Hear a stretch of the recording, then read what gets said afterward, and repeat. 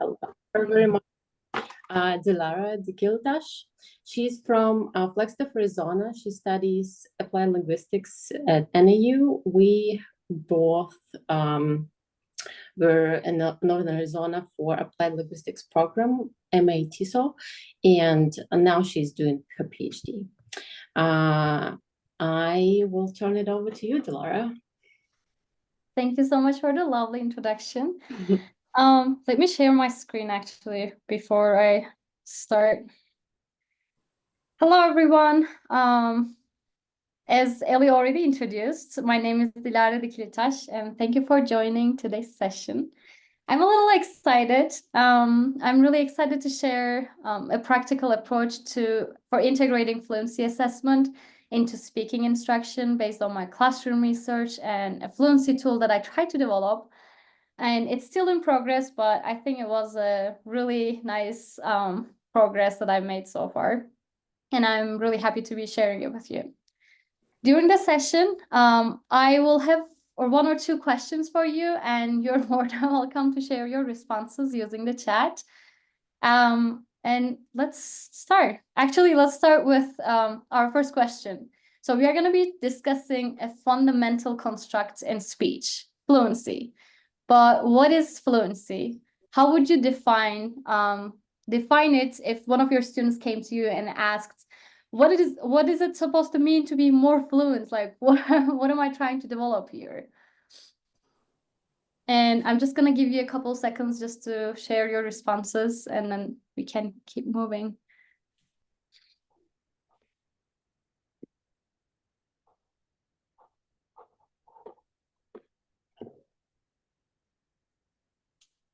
Let me see if I can see the chat too. Okay, perfect. Okay, as you keep sharing, I'm going to move on. Thank you for sharing your answers. So many researchers define fluency as the ability to produce speech fluidly and efficiently with minimal disruption. And central to fluency are fluidity and smoothness with little to no hesitation, emphasizing the rapid retrieval and production of the language in real time. Learning how to speak, most learners wish to become fluent in the target language, and it quickly becomes one of the primary goals. And that's why we care about fluency. But why else? Why else do we need to care or focus on fluency? Well, fluency plays a crucial role in learners' communication and also confidence. And researchers also suggest a strong correlation between fluency and proficiency. And however, this definition is pretty vague. This first definition that I just shared with you is really vague for teaching and assessment purposes. After all, telling our students to speak more fluently or smoothly isn't really actionable feedback. And it's not really clear what we mean or what we ask from them. And there's this definition that is used in research that focuses a little bit more on measurable components, such as the speech rate, pause length, and other disfluencies.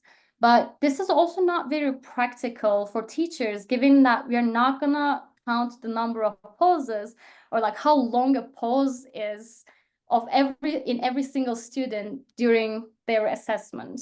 So neither of these definitions are helpful for teaching and assessment purposes. But why? Why is this the case? The challenge stems from the complexity of this construct. So fluency is a multidimensional construct that is not about making no mistakes. Fluency is about speech rate and pausing and self-repairs, in addition to the extent to which these features are appropriate in the context they are produced, whether it be monologues or dialogues. After all, a native speaker's output is not free from errors, pauses, or repetitions. We still observe all of these features, but they're a little bit more systematic and they blend in better than L2 learners. So what this tells me is that we need a comprehensive fluency rubric combining the two definitions we have just seen with a consideration of the context appropriateness of these measurable features. Unfortunately, the traditional rubrics that we have tend to oversimplify the construct, or use fluency interchangeably with different constructs such as grammatical accuracy, coherence, or sometimes even interactional competence such as turn taking, especially when it comes to assessing dialogic tasks or dialogic fluency. Here's my second question for you all. How do you assess fluency in your classes if you are assessing it as a separate construct? What do you look at when you try to evaluate fluency? So I'm going to keep moving as you share your responses. The challenges I shared with you are the primary reasons why I was interested in developing a practical tool for teachers so that they can use it in both monologue and dialogic tasks without confusing fluency with other skills like interactional competence or accuracy. But why are we separating fluency from interactional competence, especially given that speaking is a very multidimensional construct or a skill, and we have so many different things that we need, or components that we need to pay attention to? Well, this distinction is important because features like turn taking and negotiation are interactional, not fluency per se. And teachers need a tool that isolates fluency so that they can give targeted feedback.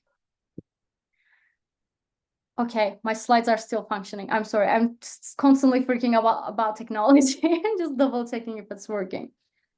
Developing this fluency tool, I drew on key frameworks, particularly utterance fluency in Segalowitz's fluency model, Derwing's guided perceived fluency approach, and Bosker's framework, which distinguishes between the three subconstructs of fluency, namely speed, breakdown, and repair. And here is an overview of the rubric. First of all, this rubric assesses fluency using three core dimensions as speed, breakdown, and repair.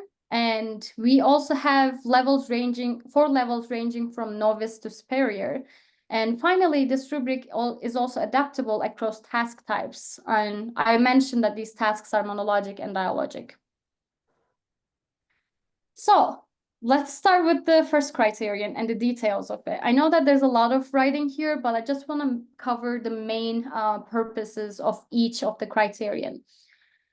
For the speed criterion, the rubric evaluates how consistently and appropriately the learner delivers speech. And at the lowest level, speech is characterized by low speed, which is broken into short segments, often making it really hard to follow for the listener. And at the intermediate level, speakers tend to fluctuate between speaking too slowly or too fast, which is something that we don't really see in research. They usually focus on too slow, but too fast is also sometimes problematic. Both of which can cause listeners some confusion and signal a lack of control over speech. As we move on to advanced level, we see steadier pacing with only occasional slowdowns, often when dealing with more complex ideas in the speech. And at the final level, the superior level, the speaker maintains a highly appropriate and sustained rate throughout, and they show clear control over the language. So this dimension actually aligns really closely with the Jung, I think, and Kang which they describe as articulation rate.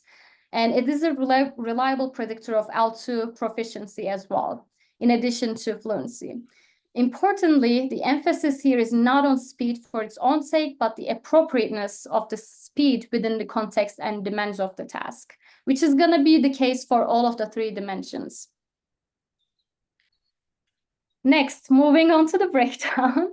The breakdown dimension captures how a speaker handles pausing in terms of frequency, length, and placement. At the novice level, pauses are frequent and long, often mid-clause or after simple sentences, and they disrupt the message and the intelligibility of speech. Intermediate level speakers, they still have pauses, but they begin to place those pauses more strategically, like between longer chunks of speech, even if they occasionally break the flow. At the advanced level, we see pauses that are shorter and naturally aligned with boundaries in the speech, like close endings or maybe topic shifts. So they're a little bit more intentional than the first two levels. And at the superior level, pauses are rare and very brief, usually under half a second.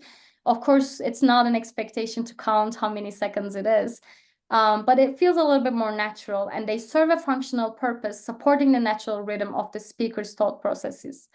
And this distinction draws on the work by Tavakoli and Skehan, Suzuki and Kormos and Wood, all of whom emphasize that pauses aren't always negative, which is something that I find fundamental to any type of rubrics that I will try to create.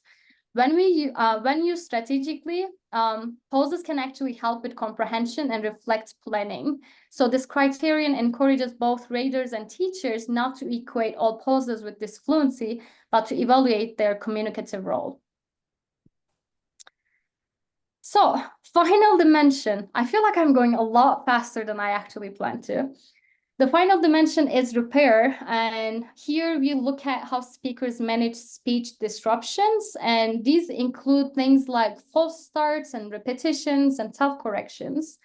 And with the lowest level, we see that these are frequent and clearly disrupt the message, showing limited ability to recover midstream.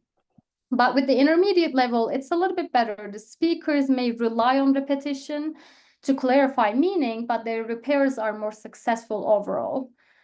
And as we advance, we see that the speakers repair efficiently with minimal impact on the speech flow or intelligibility, and they can correct themselves in real time without losing the listener, which is often one of the goals, right? We don't really want to lose our listeners because we're so much consumed with the language itself and how we need to construct the sentences. At the superior level, repairs are rare and really subtle. When they do happen, they're executed smoothly and demonstrate a high degree of control. And this last criterion follows the model laid out by Bosco et al. And Kormos, who point out that successful repair behavior reflects both linguistic knowledge and planning skills. And in the rubric, the focus is not on punishing the repair, but on evaluating how it is managed within the speech, within the task. Because efficient repair is a sign of communicative competence and not a flaw, just like pausing behavior or just like the speed itself. So here is the entire rubric in a little bit more detail. I don't expect anyone to read this through.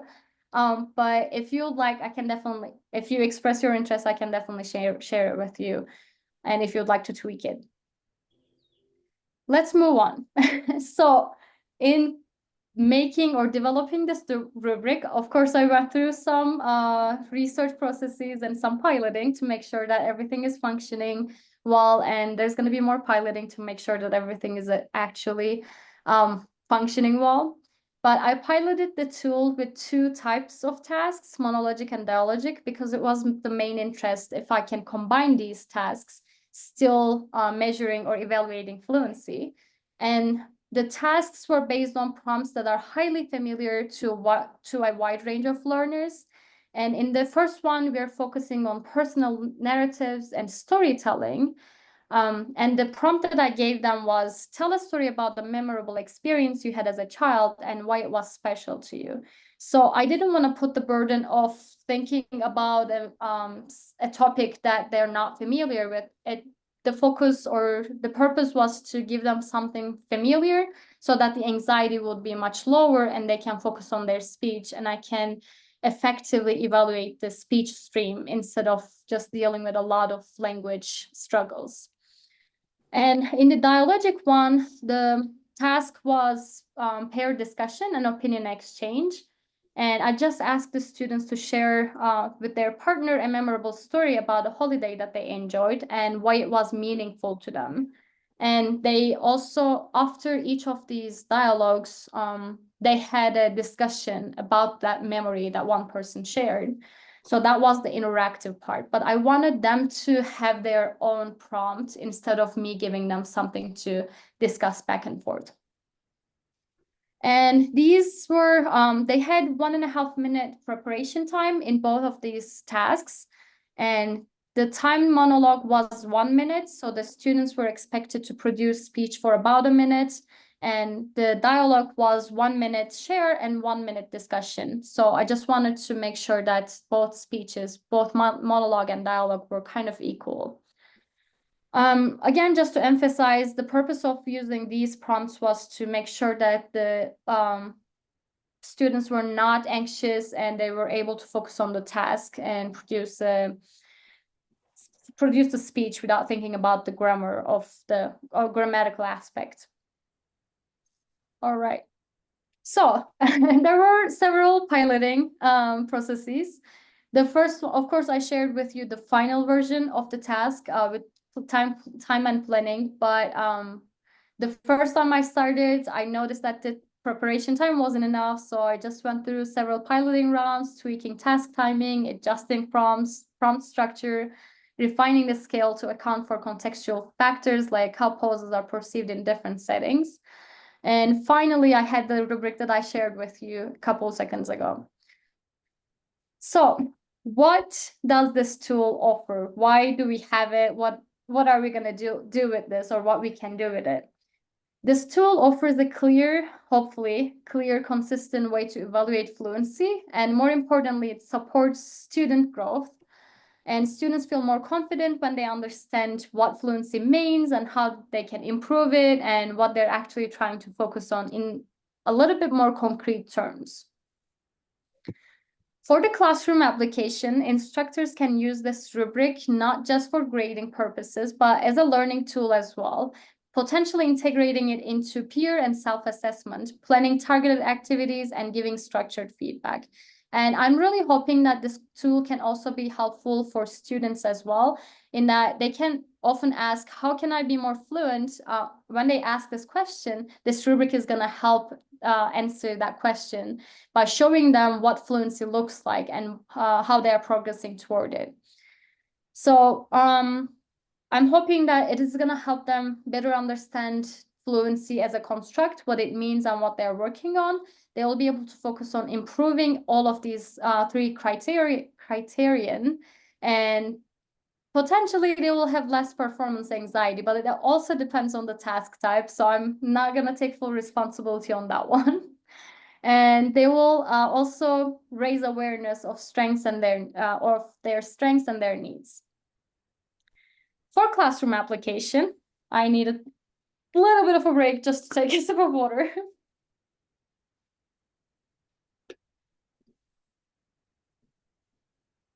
So, for classroom application, especially for teachers, I'm hoping that this rubric provides a little bit of clarity, because I know that fluency is included in most of the curriculum, and it's also included in international testing as well. And that's something that I noticed, but we don't really have the clear definition of what they're referring to or what the expectation about improving fluency is.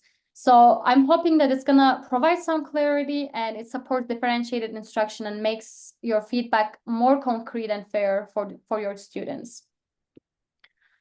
So the takeaway from this is gonna be fluency is teachable and accessible, and it shouldn't be a mystery to either teachers or learners. With the right tool and mindset, we can make it visible, teachable, and potentially empowering too.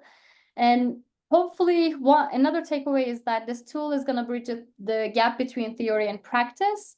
And the simple structure is going to help us be a little bit more confident in providing feedback for our learners.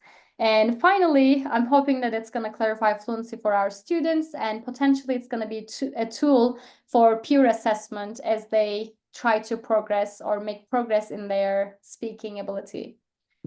And I know that it was pretty fast, but this is going to be the end, and I'll share a downloadable version of the rubric with you if you'd like. And I'd love to hear how you adapted for your context. Thank you so much for being here. I'd love to hear your questions or thoughts, and what resonates with you, or what challenges you might see in using this rubric, or how you would apply it in your own contexts.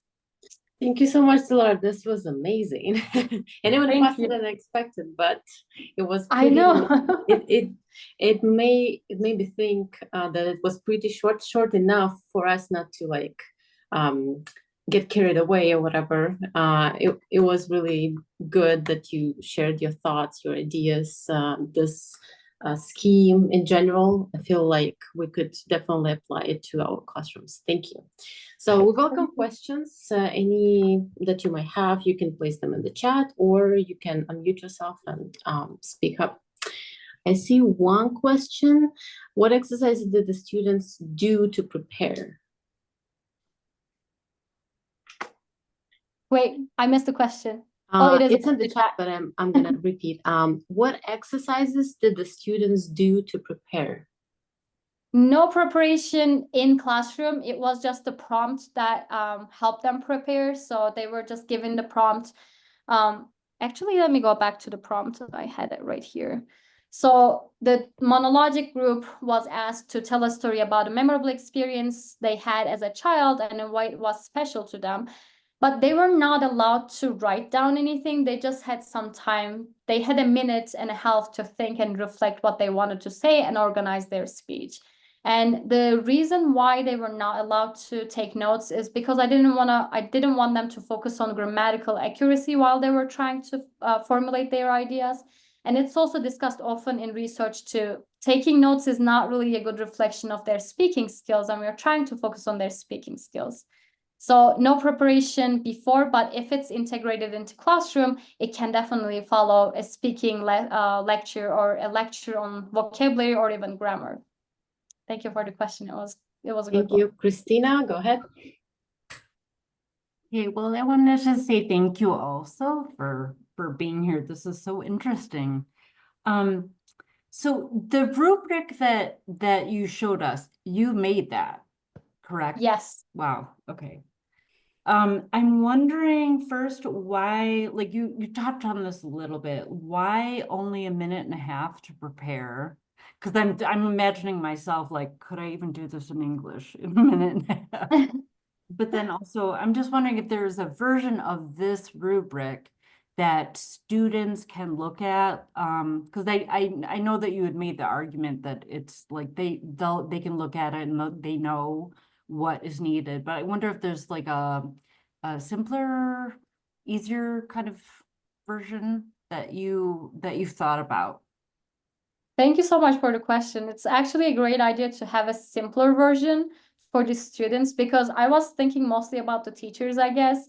And I was thinking as the teacher keeps grading, it's going to become easier for them to know like where to place the students. But it's a great idea to have a simpler version for the students for sure. And going back to your first question, a minute and a half or a minute of preparation is actually a common practice in research that I've seen. But when I piloted it for the first time, it wasn't enough time. So I needed to extend it a little bit more because the students were panicking and they were telling me, I'm not ready. I don't know what to say. I haven't still picked a memory. I don't know. So I didn't want to put that pressure. So this is the extended version. And I think it can be adjusted depending on the needs of the students, maybe with lower levels, 2 minutes of preparation time. But yeah, I just tried to stay within the norms in the research practices. Thank you. Anyone else? Any other questions?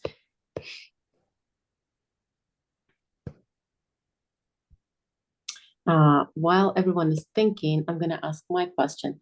Did you use the same participants for the first version as for the second version, or did you change them?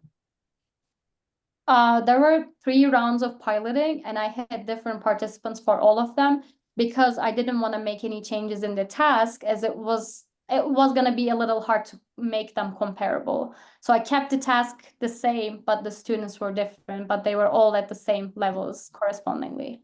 Okay, good. Thank you. These are making me think about all the research and all the paper that I've written, so it's really making summaries. Yeah, I was going to ask you, actually just say, Larry, about the levels of the students that for this exercise is like, did you have like what were the levels of your students? Like just because you had one monologue and the other one was dialogue. Mhm. So can you kind of maybe draw the picture, like were they like all like at the same level, but were they like intermediate? Were they multi-levels? I had multiple levels. Okay. That's a good question too. It's really important to distinguish between the level of these learners. I had the background knowledge of their proficiency as a group of the participants were attending program in intensive English.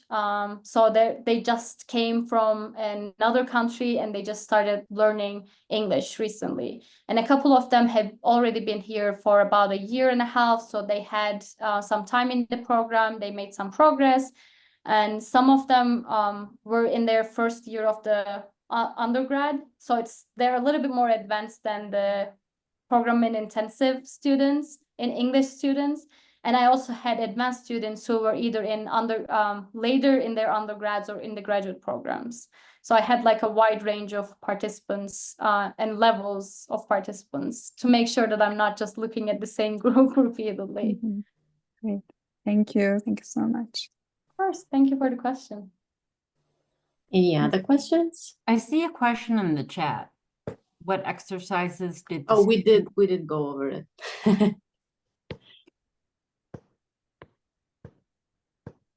Okay, anything else? I just have oh wait, there's another question. Yeah. You want to go first or you want to read? Well, I just have a personal question. If you have time to talk about this, Dilara, like what interested you about this particular subject? Because I would imagine as a PhD student, you have to get like super duper into it. Like, so what was it about this particular issue that made you think, oh, I want to spend 7 years researching this? I'm so happy you asked it because that's one thing that I really enjoy sharing, but it might be a little long. So should I go ahead and answer the one in the text or chat first? Still And have then some we'll- time, so Okay. go ahead. So wait, I'm gonna start with your question then. I come from an EFL background, so I learned English in Turkey, and in Turkey, English is not spoken anywhere other than some classrooms in some schools. And I went to a conservatory and didn't have any English background until my undergrad years. So no English whatsoever until the age of 18.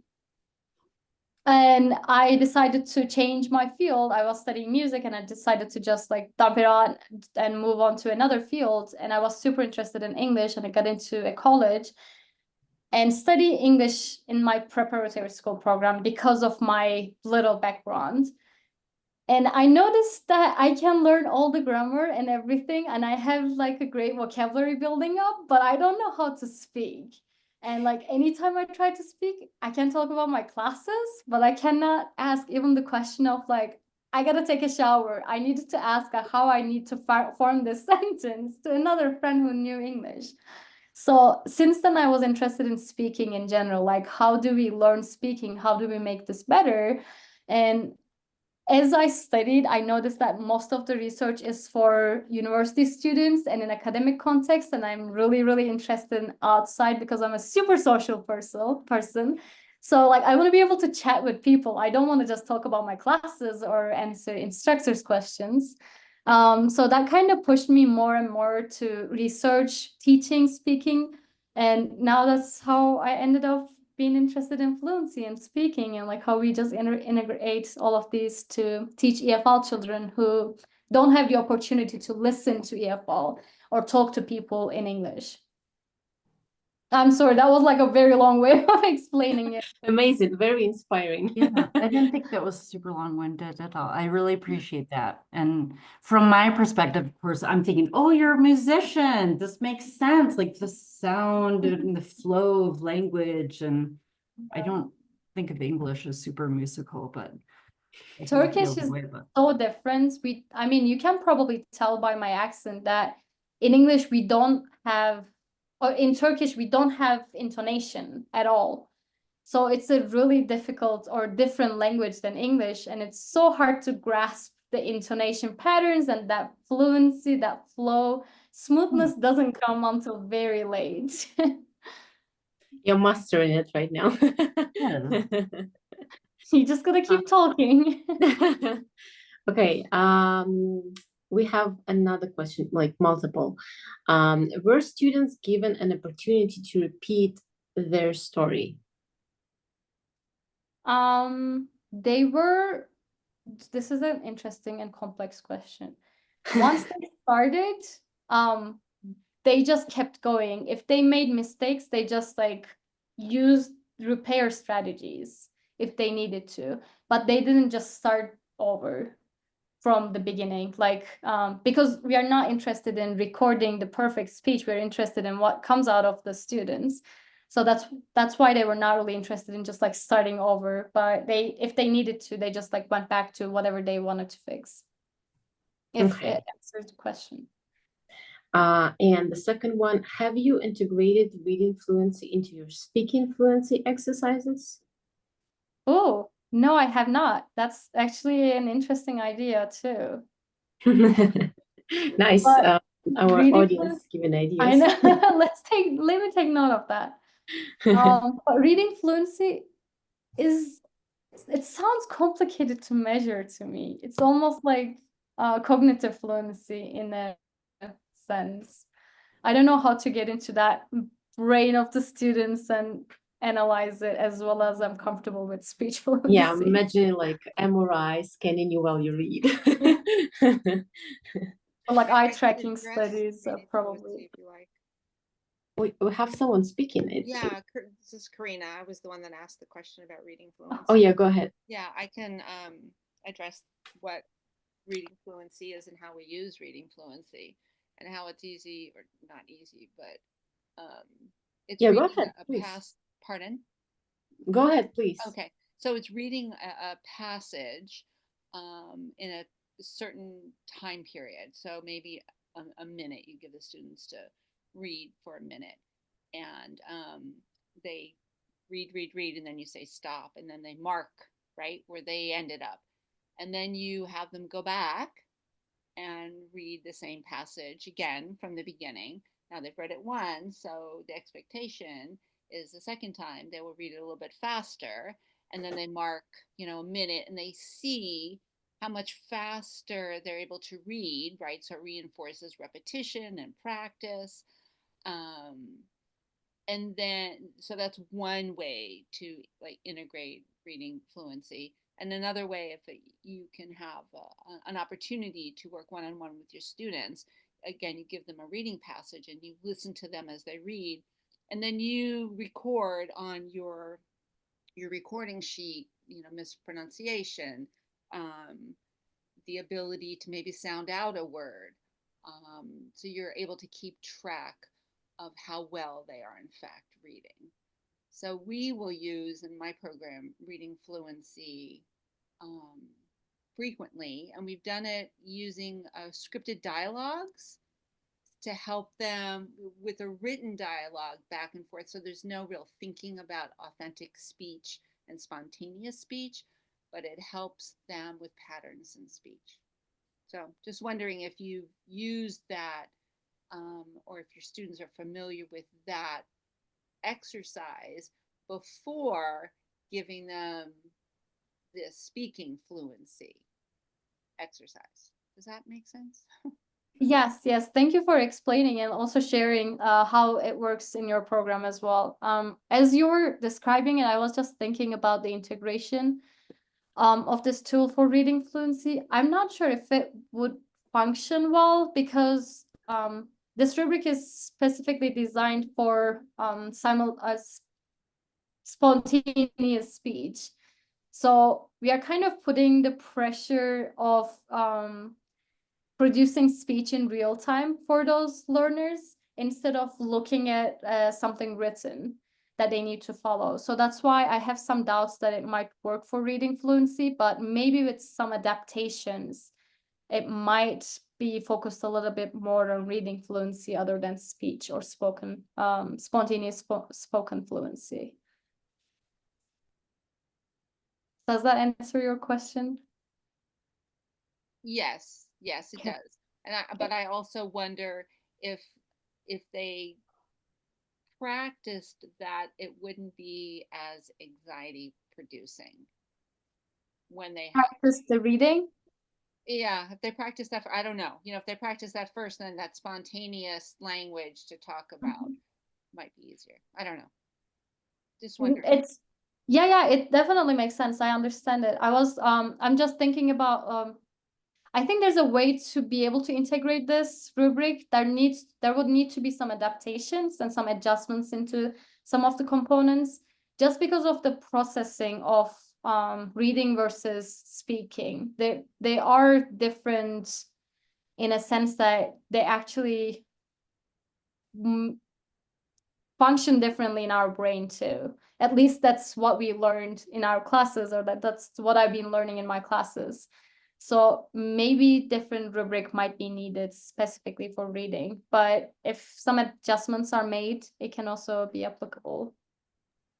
Maybe Okay. just in addition to that, it seems like if we give them a chance to repeat their stories, it will be like they're rehearsing their speech instead of spontaneously producing it. I guess that's the idea of Yeah. fluency. It's definitely interesting though. It makes me think a lot about the rubric and its content as well. Good ideas, really good. Karina, thank you so much. And You're welcome. I've used that also as a way to have our students write, right? If you can talk about a subject beforehand and listen to everybody's ideas, then you're creating that file cabinet in your brain when it comes to writing an exercise. You've already spoken about it. Makes writing a little bit less daunting. okay, Christina, you had some clarification question, I guess. Do you wanna? Yeah, I just had a clarification, but it's not important really. I mean, as Corinna, as you were describing reading fluency, I was like, well, wait a minute, is that like reading out loud always, or is it silent reading, or that's all? It's not totally related to. Oh, I can answer that real quick. You can do either one. I think when you read aloud, you hear yourself reading, so you're hearing the words, and so you're working on speaking at the same time. So, but you can do it silent reading, right? We all read much faster when we're not reading aloud anyway. And there's more accountability when you're working with a partner and your partner can hear you like, wait a minute, you stopped at this word, not that word. So makes it more interesting, I think. But either way works. I think that's what I initially thought was silent reading. That's why I was thinking about like, how do we get into the brains of the students and see how fast they read. But yeah, it's much clearer now. Okay, any other questions for Dilara? I think we can stop recording, Christina. Yes, ma'am. Okay.